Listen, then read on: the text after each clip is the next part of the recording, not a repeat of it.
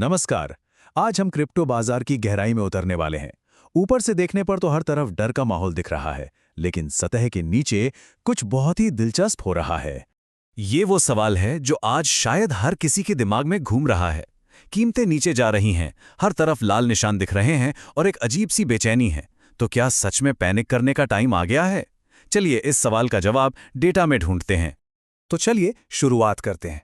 सबसे पहले ये समझते हैं कि आखिर ये डर आ कहां से रहा है और बाजार में असल में चल क्या रहा है। देखिए, बाजार में इस वक्त चौतरफा गिरावट है। बिटकॉइन अपने इंपॉर्टेंट सपोर्ट लेवल को टेस्ट कर रहा है, तो वहीं इथेरियम में 4% से भी ज्यादा की गिरावट आई है। और बात सिर्फ इन दोनों की नहीं है, बीएनबी हो या एक्सआरपी, दूसरी बड़ी करेंसीज पर भी वैसा ही दबाव है। ये साफ बताता है कि निवेशक अभी कोई भी रिस्क लेने से बच रहे हैं। और ये सिर्फ कीमतों की बात नहीं है, ये मार्केट के सेंटिमेंट यानी कि उसकी भावना की भी बात है। जो फेयर एंड ग्रीड इंडेक्स हैं, वो इस वक्त एक्सट्रीम फियर यानी अत्यधिक डर के जोन में हैं। इसका सीधा सा मतलब है कि ज्यादातर लोग घबराकर अपना माल बेच रहे हैं और मार्केट से निकल जाना चाहते हैं। तो ऊपर से देखने पर तो सब कुछ नेगेटिव ही लग रहा है, डर, बिकवाली और गिरती कीमतें। लेकिन कहानी में एक ट्विस्ट है। अगर हम थोड़ा और गौर से देखें तो एक बिल्कुल ही अलग तस्वीर नजर आती है। अब चलते हैं दूसरे हिस्से पर और देखते हैं कि जब छोटे निवेशक बेच रहे हैं, तब बड़े खिलाड़ी, जिन्हें स्मार्ट मनी भी कहते हैं, वो क्या कर रहे हैं। अच्छा, इससे पहले कि हम आगे बढ़ें, एक शब्द समझना बहुत जरूरी है, वेल्स।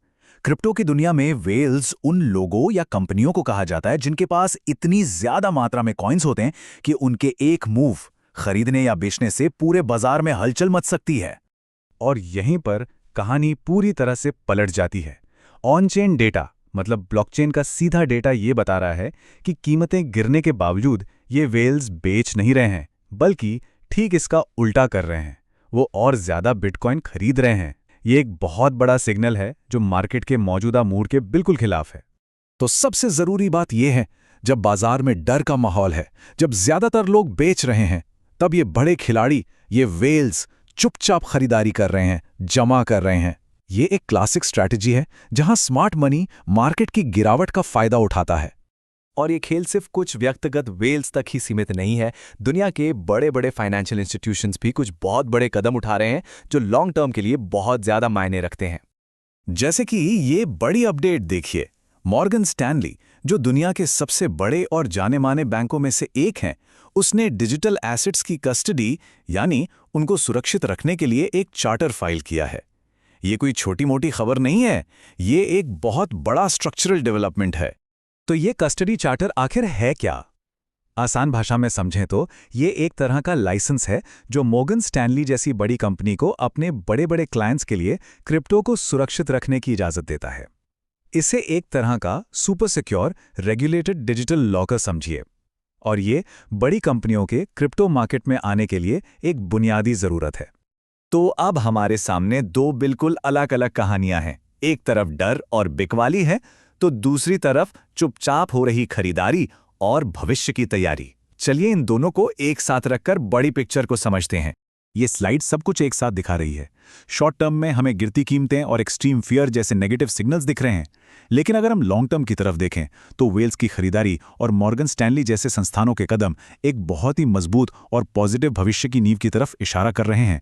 तो आज के इस विश्लेषण का निचोड़ यही है, बाजार में एक तरह का डिस्कनेक्ट है। जो लोग सिर्फ शॉर्ट टर्म देख रहे हैं वो इस गिरावट से डर रहे हैं, लेकिन जो लोग लॉन्ग टर्म की प्लानिंग कर रहे हैं, यानी कि वेल्स और बड़े इंस्टीट्यूशंस, वो इसे एक मौके की तरह देख रहे हैं। और ये हमें इस आखिरी और सबसे जरूरी सवाल पर ले आता है। ये सारा डेटा देखने के बाद सवाल ये उठता है कि जब हर कोई डर में बेच रहा हो, तो क्या हमेशा भीड़ के पीछे चलना ही सही रणनीति होती है? ये एक ऐसा सवाल है जिस पर हर किसी को सोचना चाहिए।